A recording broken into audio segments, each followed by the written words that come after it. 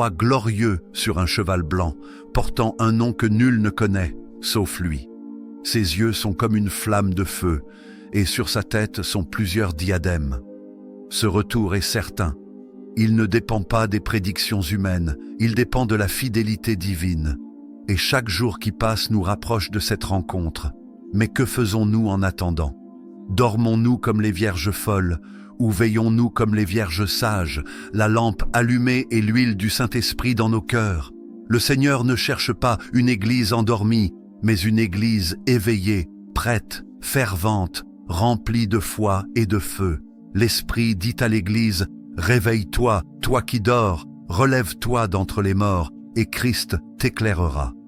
Bien-aimés, les temps que nous vivons sont graves, mais ils sont aussi porteurs d'espérance. Là où le péché abonde, la grâce surabonde.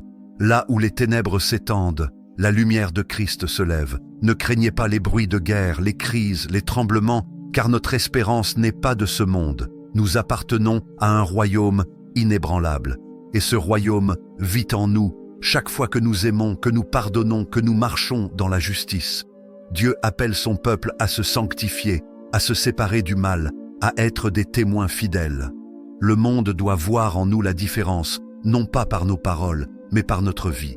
Que chacun de nous puisse dire comme Paul: ce n'est plus moi qui vis, c'est Christ qui vit en moi.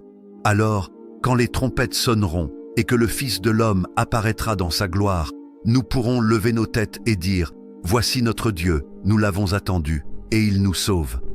Frères et sœurs, gardons cette parole dans nos cœurs. Ne laissons ni la peur, ni le doute, ni la tentation nous détourner de notre espérance, car celui qui a promis est fidèle, et celui qui a commencé en nous une œuvre parfaite l'amènera à son accomplissement. Ainsi, demeurons fermes, enracinés dans la foi, persévérants dans la prière, attentifs à la voix de l'Esprit, car bientôt, très bientôt, nous verrons s'accomplir cette parole. Il essuiera toute larme de leurs yeux, la mort ne sera plus, il n'y aura plus ni deuil, ni cri, ni douleur.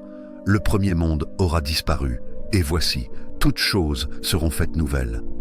Frères et sœurs, si nous croyons réellement à cette promesse, alors notre manière de vivre doit en être le reflet. Trop souvent, les enfants de Dieu parlent du ciel, mais marchent comme si la terre était leur unique demeure. Nous devons vivre chaque jour avec la conscience que notre cité n'est pas ici-bas, mais dans les cieux. Le chrétien authentique n'est pas attaché aux choses passagères. Il utilise ce monde, mais il n'en dépend pas. Il travaille, il bâtit, il lutte.